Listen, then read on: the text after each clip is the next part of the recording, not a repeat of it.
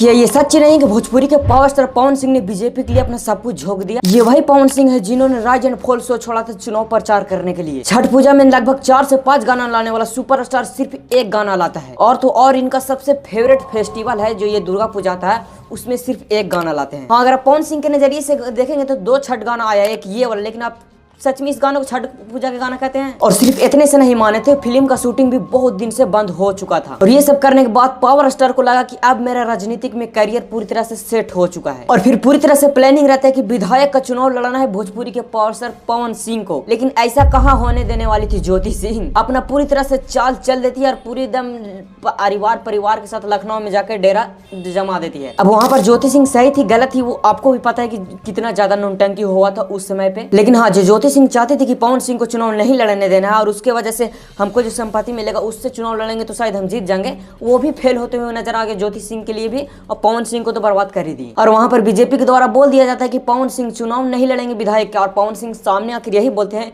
कि हमको सांसद का चुनाव लड़ना था, विधायक का तो प्लानिंग ही नहीं था।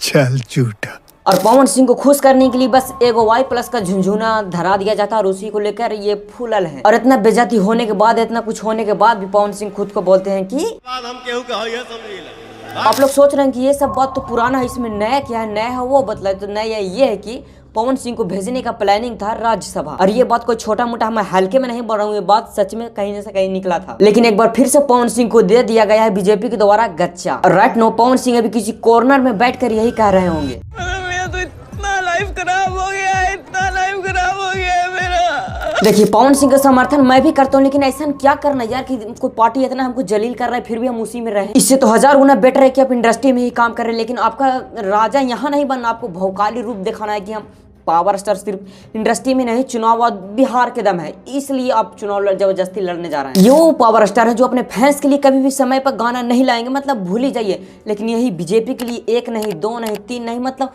बहुत सारे गाने, मतलब समझ रहे हैं आप, जिसको स्टार बनाए वो आपका कदर नहीं कर रहा है, लेकिन ये जो उसको आप स्टार बनाए वो बीजेपी की जरूर कदर कर रहा है। ये कहने के लिए तो 1000 बार कह चुके हैं कि ऑडियंस मेरा भगवान है, लेकिन भगवान की जगह पर ये आप लोगों को कुछ और ही समझते हैं, ये आप लोग को समझना पड़ेगा। नहीं तो आप ही बताइए आखिर ऐसा क्या हुआ जा रहा है जिसमें आपने एक होली गाना सिर्फ रिलीज किया है, जहाँ पर एक स्टार का 10-10 गाना आ रहा है और आपका सिर्फ एक गाना आया है। और ये भी सोचिए कि एक गाना आने पर ऑडियंस इस तरह के प्यार दे रहा है, तो सोचिए कि अगर रेगुलर फैंस का बात माने तो आपको किस लेवल तक चढ़ा के रखें। लेकिन होता है ना कि आप कुछ लोग को सोना का भी कटोरा दे दीजिएगा तो उसे भीख ही मांगना है और कुछ नहीं करना है। वही हाल है पवन सिंह का। ये कहने के तो जरूर कहते थे कि पवन सिंह का माँ का सपना है कि चुनाव लड़े, लेकिन आपका माँ का सपना ऐसे कैसे हो सकता है कि मेरा बेटा को पूरा जलीली कर दिया जाए? सच बता रहे, इस तरह के सपना के या इस तरह के ड्रीम को हम जिंदगी में सपोर्ट नहीं कर रहे। पवन सिंह का काम सिर्फ और सिर्फ बीजेपी के लिए यूज होना है, बाकी बीजेपी पवन सिंह के लिए कुछ भी नहीं देने वाला है, इतना आप जान लीजिए। और पवन सिंह को बीजेपी की तरफ से इसलिए कंप्लीट नहीं निकाला जा रहा है क्योंकि पवन सिंह एक वोट बैंक है, मतलब जहां जाता हूं वहां